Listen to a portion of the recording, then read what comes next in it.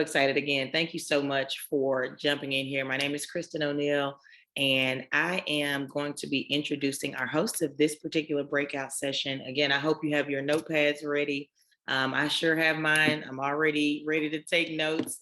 And so, without further ado, I would like to introduce to some and present to others Ms. Stay Hall, CEO of iSalt and chairman of the Women's Division of the Fort Worth Chamber of Commerce. Stay, thank you so much for jumping in here with us, and we look forward to hearing all the good things that you have to share. Go for it. Absolutely. Thank you so much, Christian. I appreciate that. And it is indeed a pleasure to be a part of this amazing event. And like Christian said, my name is Stay Hall, and I'm the CEO of iSalt, and I sit on the board of directors for the Fort Worth Metropolitan Black Chamber of Commerce. And today, I'd just like to welcome you to effective communication and the power of a positive mindset. And so we are just going to dive right in. We can move to the next slide. As business owners, we are usually so in tuned and focused on getting the technical piece of our business together, right? We're thinking about the financial aspects. We're thinking about marketing, advertising, all of those things. But something we sometimes lack in is that emotional side of business, the soft skills, so to speak, which is what I'm an expert in, and the emotional intelligence.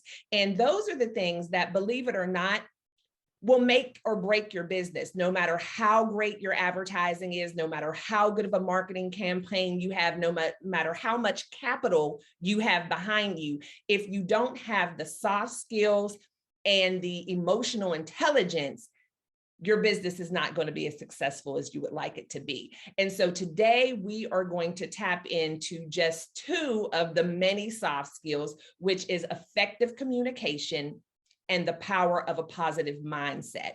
And so with effective communication, there are certain things that you really need to hone in on as far as being able to be effective communicator as it pertains to being a business owner, a manager, any type of leadership in business. And so we're going to talk about 7 key components of that, which are create an enriched environment, listen more and talk less, the 80-20 rule.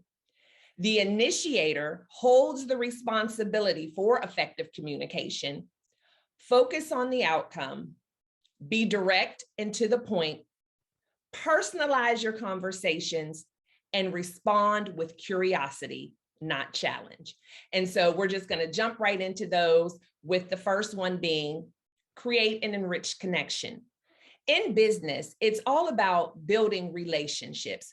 People do business with those that they know, like, and trust. No matter what you're selling, if people don't feel like they know you, if they don't like you, and they don't trust you, they're not going to buy it from you. And on the opposite end, if they feel like they have a rapport or relationship with you and they feel like you're a great person and they trust you, you can sell ice to an Eskimo. So when we are engaging in building these enriched connections or relationships, you want to always make sure that you're authentic. People want to be able to relate to you. They don't want to feel like you're the creepy used car salesman or the person who's just trying to get over on them. They want to see the real you. And that should come quite natural, because that just means being yourself. No one can be you like you can be you. And that's what people want to see, especially in this day and age of reality television and all that. They want to see the real person. They want to feel like you're just like them.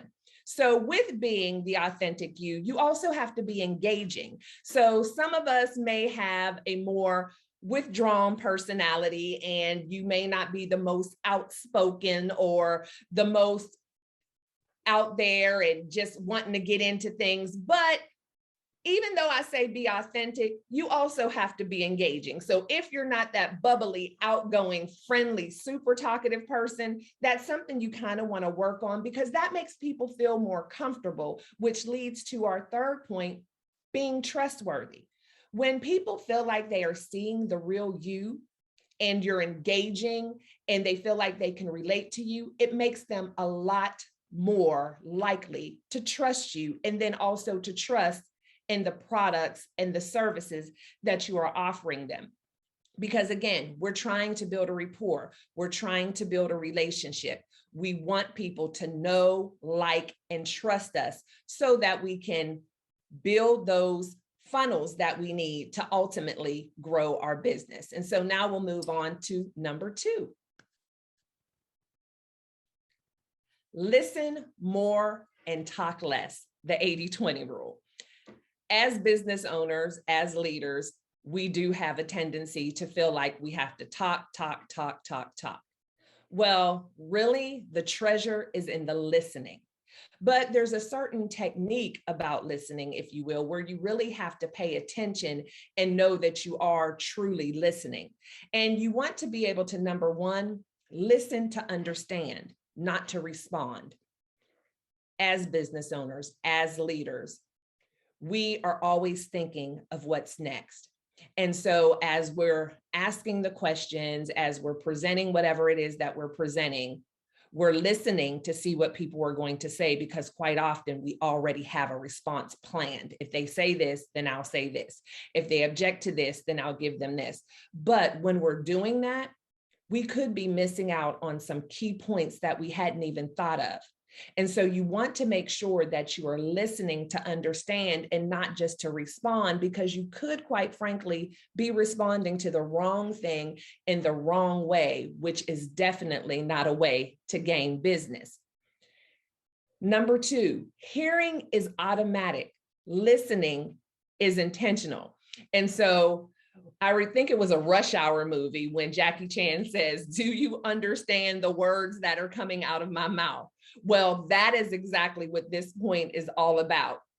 You want to listen to people intentionally so that you are clear on the message that they're trying to convey. You don't want to just sit there and be on your phone or daydreaming, or again, thinking of your responses, and they become like the voices for the adults with Snoopy, where it's just want, want, want, want, want, want, want. That's not something that you want to do, because people notice that. They can tell by your body language. They can tell by the lack of your eye contact. And again, back to point 1, that's not going to be conducive for building that kind of relationship and that enriched connection that we're looking for. You also want to be able to embrace the silence and be present. Sometimes when you're speaking to someone, you need to just take a pause and just digest what they're saying. Make that eye contact, lean in, let them know that you are really thinking and processing what it is that they're saying. That is something that goes miles when you're dealing with a potential new client or a potential new customer. People like to feel heard. Also, you should be listening 80% of the time and only talking 20% of the time. Because again, when you're listening, then that gives you a better insight on what it is that you need to say.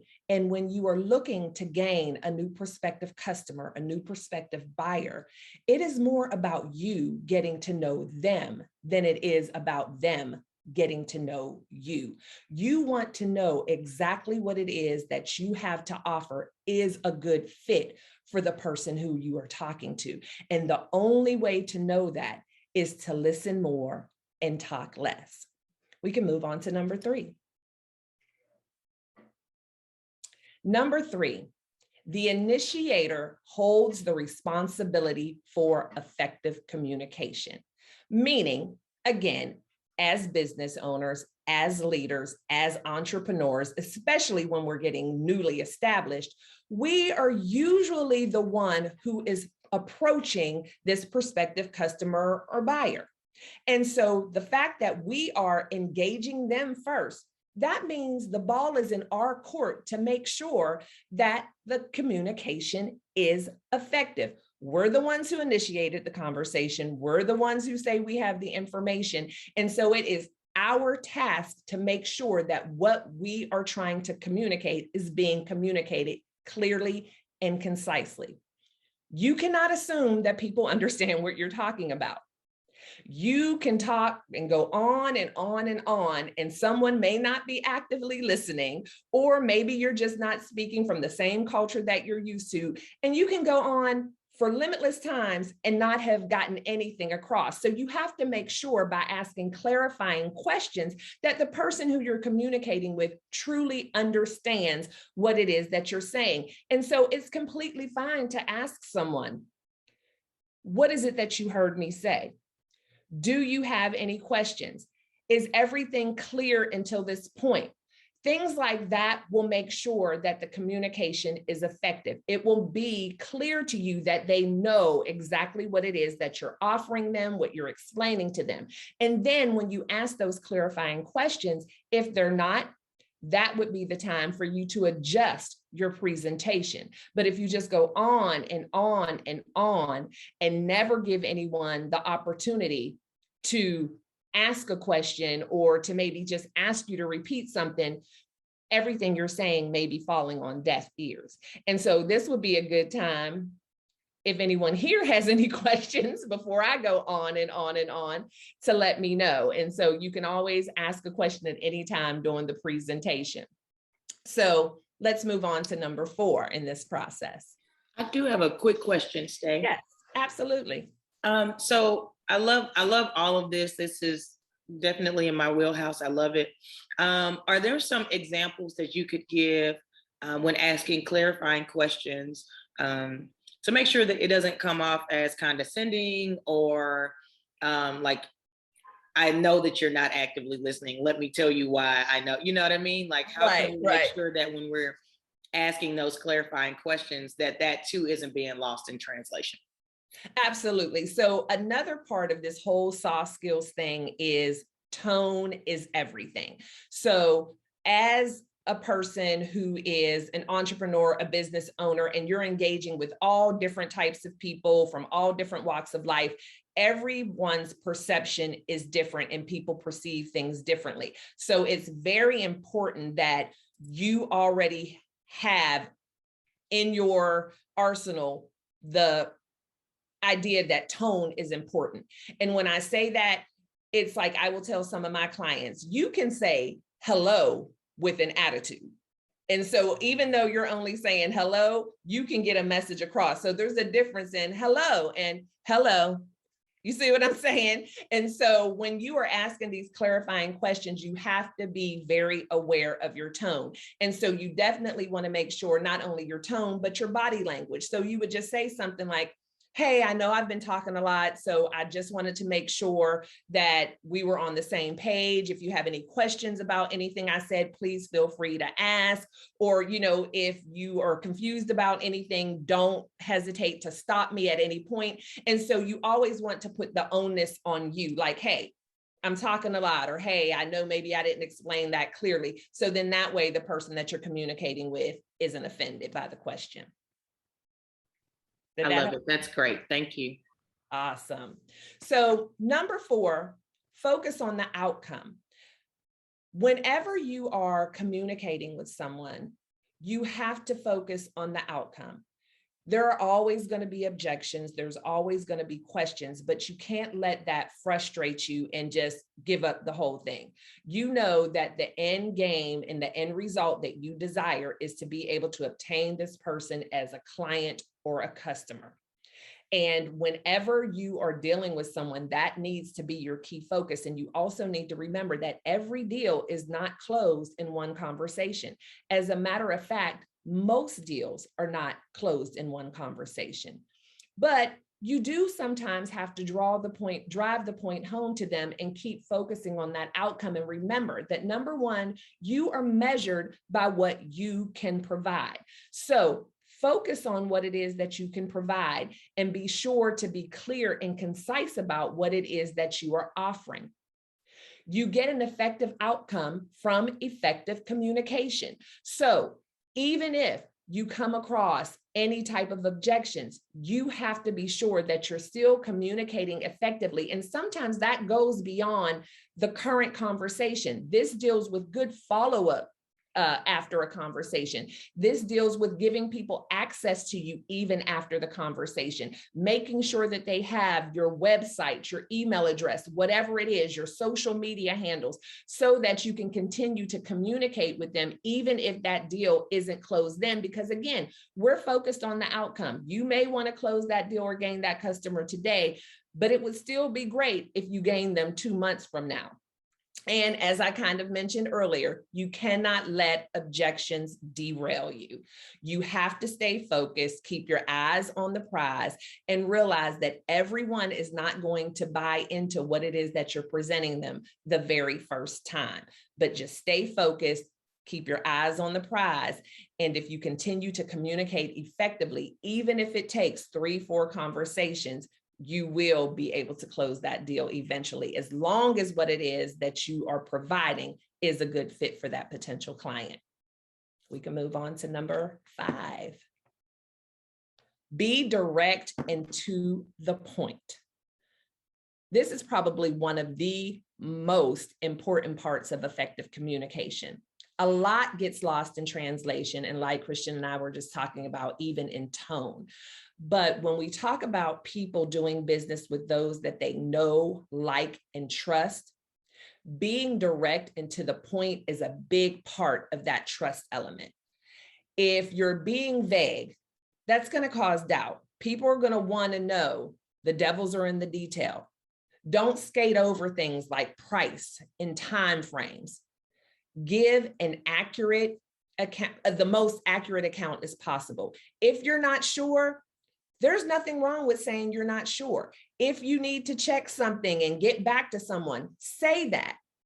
Also, you have to be able to create a lead and a hook. You have to be able to let somebody know what they call in sales with them. What's in it for me? That's the bottom line. That is what people want to know. So you have to lead into it, what that you can offer them, and then hook them by making it personalized for them. And so you want to make sure that all of your communication is direct and to the point, so that leaves no room for error. Back to what we were talking about before. People want to know exactly what it is that you're saying, and you want to make sure that they understand, and you don't want to leave any room for possible doubt, because that takes away the trustworthy portion of it. And on to number 6. Personalize your conversation. In business, even though you are the business owner, you're the entrepreneur, you are in leadership, and you are trying to get whoever this is to buy into whatever it is that you're selling. But you have to remember, it's still not about you. It's about them. It is about the person that you are trying to close this deal with, and letting them know that they are important to you and that it would be a privilege for you to do business with them. You have to also ask them questions about what it is that they're trying to achieve, and make them know that you are there to help them. You have to be relatable. You have to put yourself in their shoes by being empathetic. No one wants to feel like they're being sold to.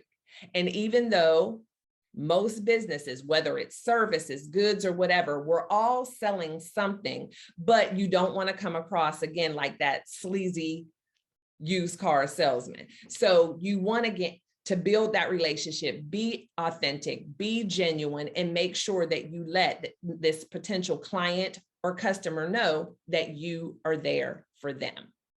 Number 7.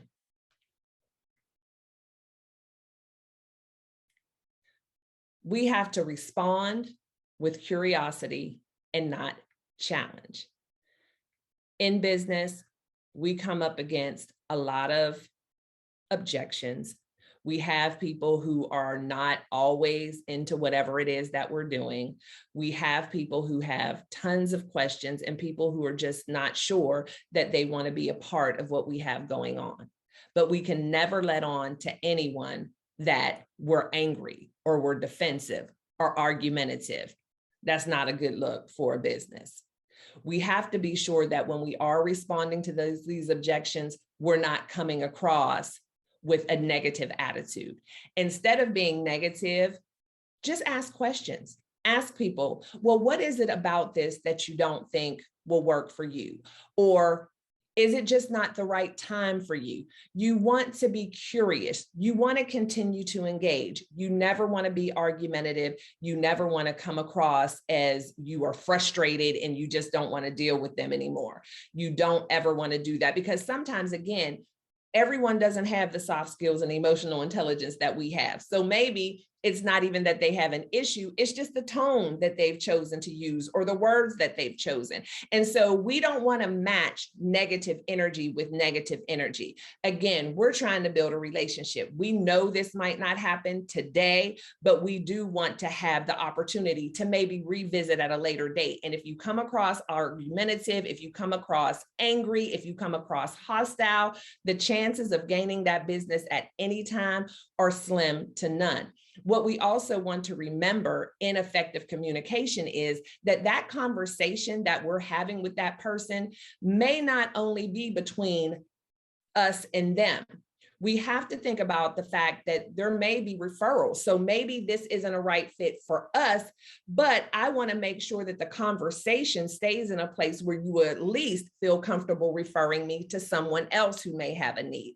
But if you get into a negative back and forth and anything that is hostile, the chances of that person even referring you to anyone else is slim to none.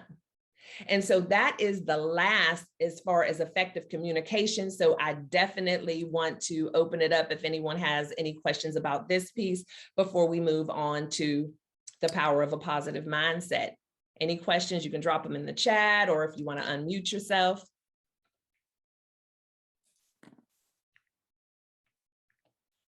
If I could unmute for a second. Absolutely. Okay, this is Dr. Clark, University of Houston.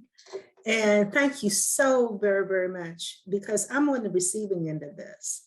And so what you're sharing is true words of wisdom. It's like the one thing that I will ask people business to consider in time of COVID, please don't walk into don't get offended if I say, I'm not taking visitors in my office. Mm-hmm. Or even today, someone called me and they wanted to pop up in my office. And I'm like, my office is the shape of a shoebox. Regardless of what I get paid, it's not a big office. Right. I don't care if you have a mask on. I want you out in the hallway. So I ask people, be respectful, and ask people, do you want me to wear the mask, and ask them before you take something off. You know, I've had people walk in and just take their mask off. Oh, Please don't do that. Right. Yeah, I agree 100%. And to piggyback on that, it's so funny because I had to visit someone in the office a couple of weeks ago, and I had my mask on. And when I walked in, she said, "Oh, you can take your mask off." And I'm thinking, it's not for you. I said, I'm good. But yeah, absolutely. And I made sure, that I didn't use a tone that would offend her. But nevertheless, I'm like, yeah, you can't make that decision for me. Thank you for the offer, but I'm going to keep it on. But yeah, it's just those types of things that we do always have to be mindful of. And, just being able to have that effective communication and open dialogue and realize that, we're all dealing with something, that we've never dealt with before.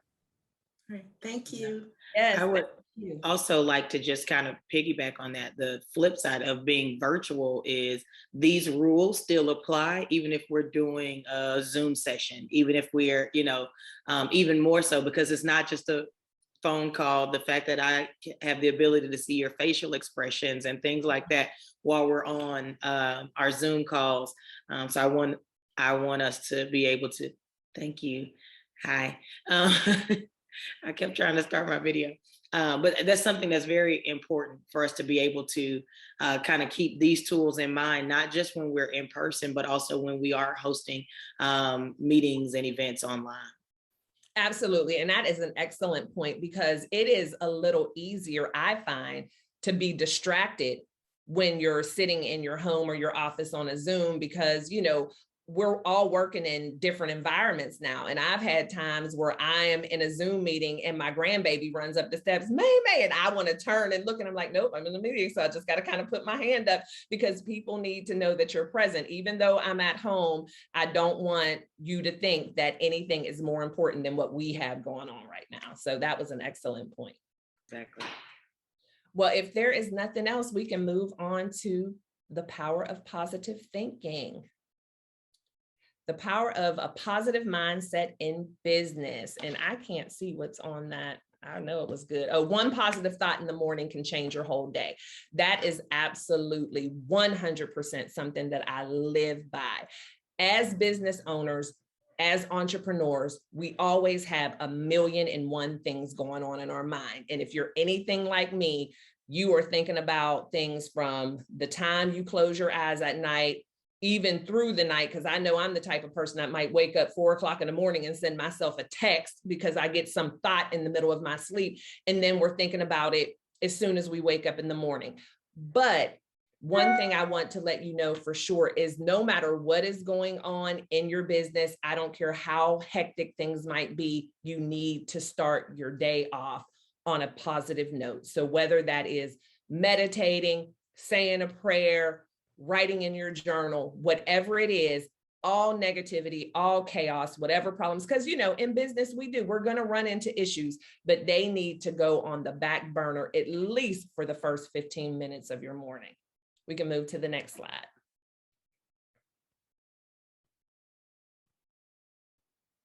Oops, is she there? There we go. You are what you think. So whether you think you can or you can't, you are right. In business, as entrepreneurs, we are going to have struggles. Things are, no matter what anyone tells you, things are not always going to go the way we planned, but you can never tell yourself that you can't do it. If something doesn't go right, that just means it's a lesson learned and you have to figure out another way to do it. But if you are constantly telling yourself that you can't, then you never will. But if you constantly tell yourself that you can, you will be successful. The success might not come in the way that you thought it was going to come, but it will come. And mindset is everything. What you think about the most is what you get the most of. And so if you're constantly thinking about, this is so difficult, I can't seem to close any deals, every time I turn around, there's another problem, there's not enough money, I'm not going to be able to stay afloat. And if that's what you're thinking about all the time, and that's what you're talking about all the time, that's what you're going to get all the time. So instead of thinking about the negative things, think about what it is that you do want. Speak to the results. Speak to the fact that there will be enough money. I'm going to be able to do this. My doors are going to stay open. I am going to get the clientele that I'm looking for. And you start speaking those things that are not as if they already were, because you are changing your mindset to be in the positive and not in the negative. Because if you keep harping on the negative, then the positive doesn't have room to come in. And so once you have control of your thoughts, then you are able to control your success. Think of yourself as a success from the first day that you decide to start your business. Visualize yourself in that place, whatever it is, whether it is having a storefront that's 4,000 square feet, whether it is having 100,000 subscribers on YouTube, whatever it is that your goal is, that would be the ideal business success for you. That is what you want your thoughts to be. Whenever I first started my business, I visualized myself standing on stages in front of tens of thousands of people. I visualized myself having speaking engagements every week. I visualized all of that. And as I visualized it, more and more of it started to happen. I went from talking to a small church group with only 3 people, but in my mind, it was 3,000, to eventually being able to be in front of those 3,000. And you know what? It felt normal to me because that is how I had been seeing myself the whole time. I never walked into an event to train or to speak and thought to myself, oh, there's only 20 people here. It didn't matter to me because those 20 people there needed something that I was able to provide. And so it was like 20,000 in my mind. And that's how you always have to think.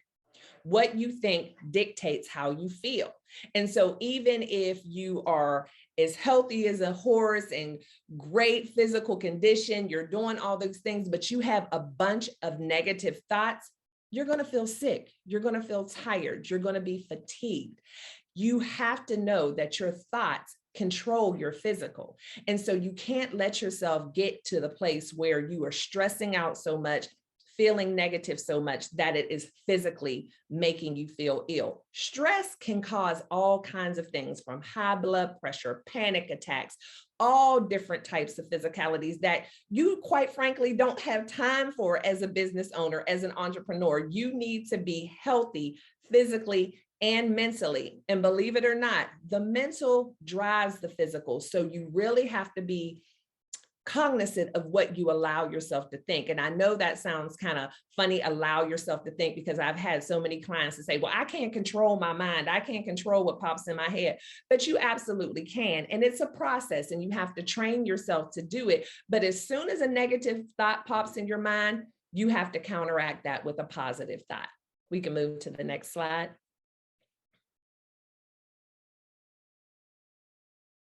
Stop living in the past.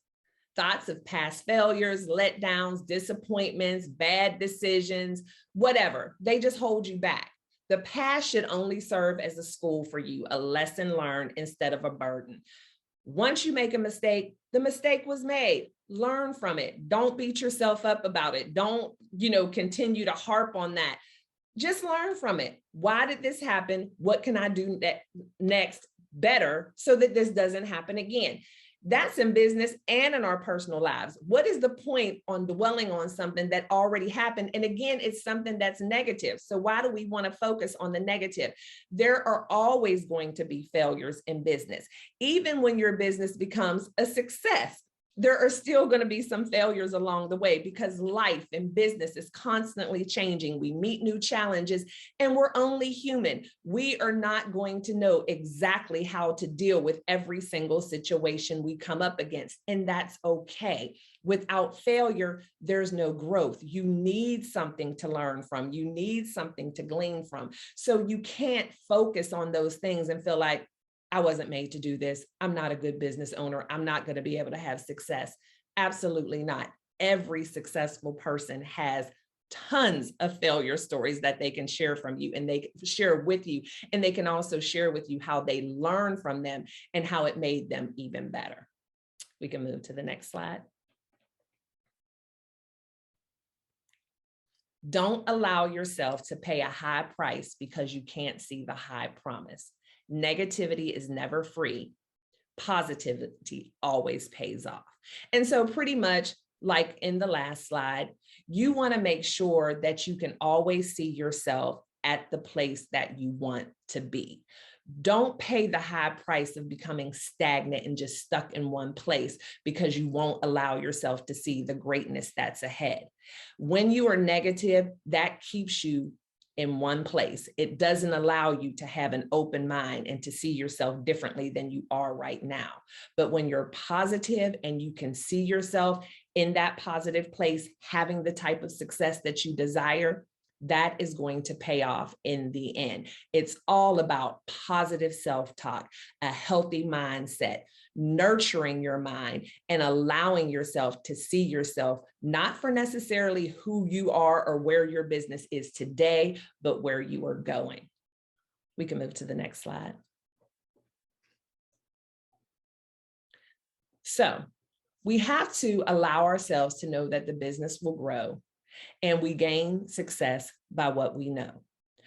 We have to constantly invest in ourselves invest in our businesses, and always be willing to learn new things. We have to be able to control our thoughts and to move in a space that we desire to be, even if that's not where we are right now. We have to trust and believe that things are going to constantly get better. The business is going to grow. We're going to learn more. We're going to gain more education, and things are going to consistently get better. Those are the things that drive the business more than, again, any advertising, any marketing, any amount of capital. It's the way we act, how we feel, and what we think. Next slide. All right. Well, that's actually it. I didn't even realize that was the last one, but I do want to thank you all for your time and just being here today. And I am so grateful to be a part of this awesome event. If you would like any more information, my websites are there, stayhall.com and isaltforyou.com. And iSalt for You stands for Institute for Success and Leadership Training. We do have an online portal with over 850 soft skills and emotional intelligence courses. So we teach everything from overcoming objections, effective communications, how to build a strong team, how to be a strong team member. And so if any of you are interested in any of that information, definitely feel free to reach out to me. I also do one-on-one sessions as well. I'm sorry, did somebody unmute? Hi, sorry, I was trying to get my video to start again. I just want to take a moment first to just say thank you for this wealth of information. I love it. It's, you know, again, this is something that is 100% in my wheelhouse. So I'm always grateful to hear someone who shares the same kind of passion and energy behind this very, I think sometimes what I feel like can get, you know, kind of swept under the rug, or, you know, we don't really pay as much attention to the soft skills. You know, yes, access to capital is extremely important. Making sure that you have your business strategy in place is very important. But what is equally as important in moving forward in both in your personal and business relationships is the way that you communicate with people. So thank you so much, Dave, for helping us with our effective communication skills. As we close here, are there any other questions before we get ready to head over to the closing session?